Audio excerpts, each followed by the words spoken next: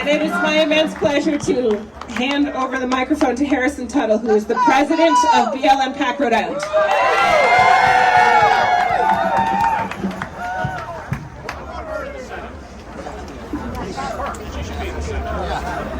How do I follow that? Well, I suppose I could start with the chant, because I see a couple of people have been wanting to start this chant, and I sure as hell want to chant this. Tax the rich! Tax the rich! Tax the rich! Tax the rich! Tax the rich! Tax the rich! Brothers and sisters and neighbors and friends who have been in this fight, and some who are just joining us to this fight, welcome. Never growing up did I ever imagine that I'd be speaking in front of all of you today under the threat of the very real possibility of fascism. Never did I realize that the history books in which I came to find out were actually wrong, but that progress was actually not moving in the direction in which was promised to our generation. That's right. Yeah, that's true. And that leaves us all collectively with a moral obligation to stand by our neighbors, to stand by our family members, even the ones that we don't like. Especially the ones that we don't like. In fact, I would argue today that all of us have the special patience to be able to deal with our family members that we don't like. And I'm just saying. How many of y'all have been arguing on Facebook the last few years? But most importantly, we're at a time in which people cannot afford to pay their rent, people cannot afford to eat, and it requires leaders at all levels, both at City Hall and state government with Senator Tiara Mack and Senator Meghan Kallman, and our governor, who needs to still declare a public health state of emergency for our unhoused community,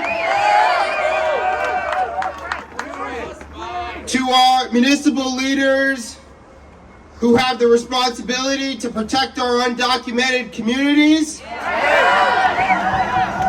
those in which are mothers who are afraid to go outside to the grocery store to feed their children.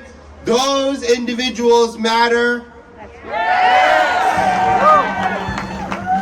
Our elderly population who are on fixed incomes and can't afford to pay for their own basic necessities, they matter too. Our communities of color who consistently see across the world and here in Rhode Island and across the country, us because of the color of our skin, being fired from our jobs, being killed on the street. It has to end now. Because out of all of these issues that we talk about, our climate, which is burning up, this is a war that has been waged against us, Rhode Islanders, the working class people who go to work every day and try to build a better future, not only for ourselves, but most importantly, for our children. And oftentimes in our state, we look, unfortunately, to other states as to what we should be doing or what we could be doing. Today, all of us are saying exactly what we need to do. It is time to take care of each other. It is time to lead with empathy. It is time to tax the rich. Tax the rich! Tax the rich! Tax the rich! Tax the rich! Tax the rich! And those efforts have very real consequences, because in fact the very area that we stand and gather here today that our state government, our governor, through his latest budget, is trying to defund public transportation.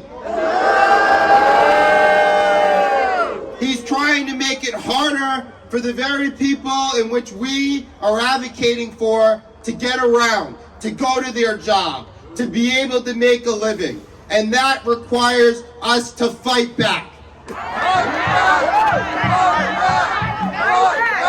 So today I'm asking all of you to reach out to your neighbor.